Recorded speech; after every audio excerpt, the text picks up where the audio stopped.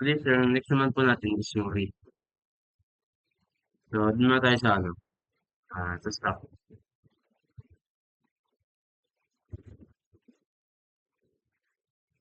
So, first natin is dito sa ating ano, manage appointment. So, makikita natin makikita natin yung Alexis Maidan name, purpose, date, time, status sa SQL natin, which is dun sa appointment and status pending.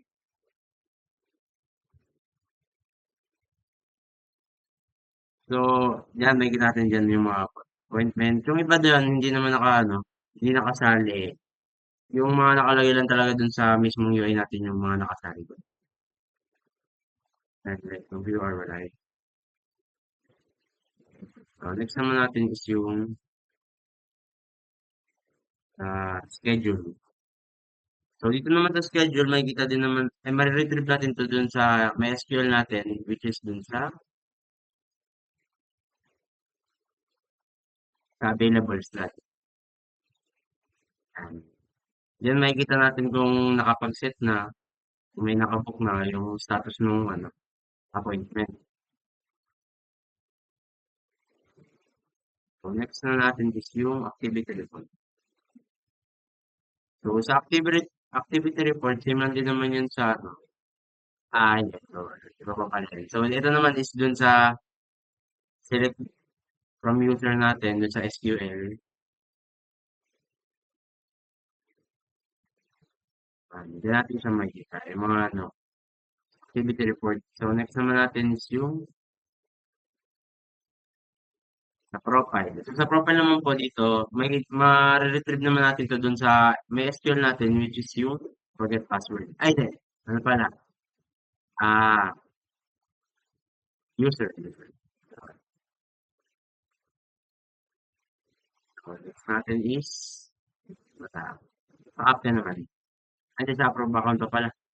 So, sa approve account, same lang din naman yan doon sa ano. Makikita natin yan doon at, sa users natin.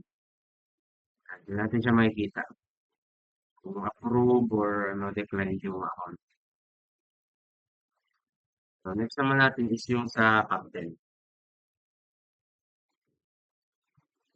So, basically ito, halos pare-pareho lang din naman siya dun sa stop natin, which dun sa manage appointment, makikita natin siya dun sa, yun, sa appointment. Yan. Then, din natin siya makikita. The next naman natin is yung activity report. So, sa activity report, same dun sa stop natin is makikita din siya sa appointment and users. So, next, same lang din naman dun, din sa user siya.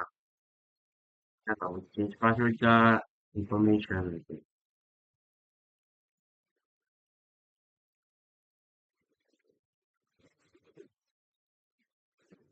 So, next naman natin is yung sa resident.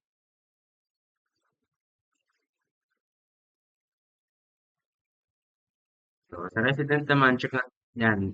Same lang din dun sa, ano, staff, pati barangay captain, makikita din natin yan sa appointment natin. So, next naman, yan, sa appointment. So, same lang din dun, makikita din natin yan pag nagano sila sa available slot. Yan, sa available slot. So, dyan makikita natin kung pwede mabook.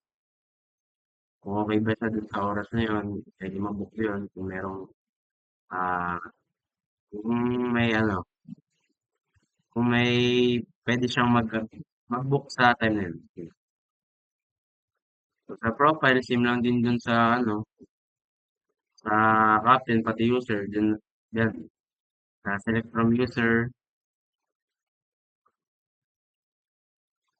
So, next naman natin is yung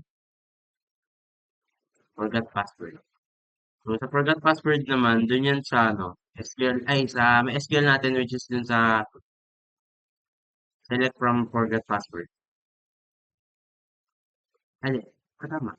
Saka sa users, kung available yung ano nila, kung meron ba talaga silang Gmail na nakalagay dun sa users, pag wala, hindi naman yun mag-error siya. I mean, that error, parang hindi siya, ano, clickable. Ah, so, yung sa code naman nun, isend naman na yun sa Gmail. So, wala pa naman siguro yun.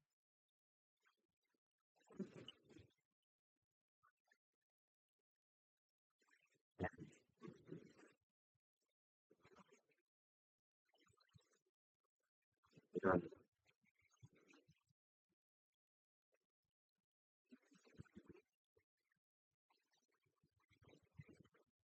Sa ngayon, sa SQL na tayo kukuha, pero pag sa mismong, ano na, is sa Gmail na po yun mo.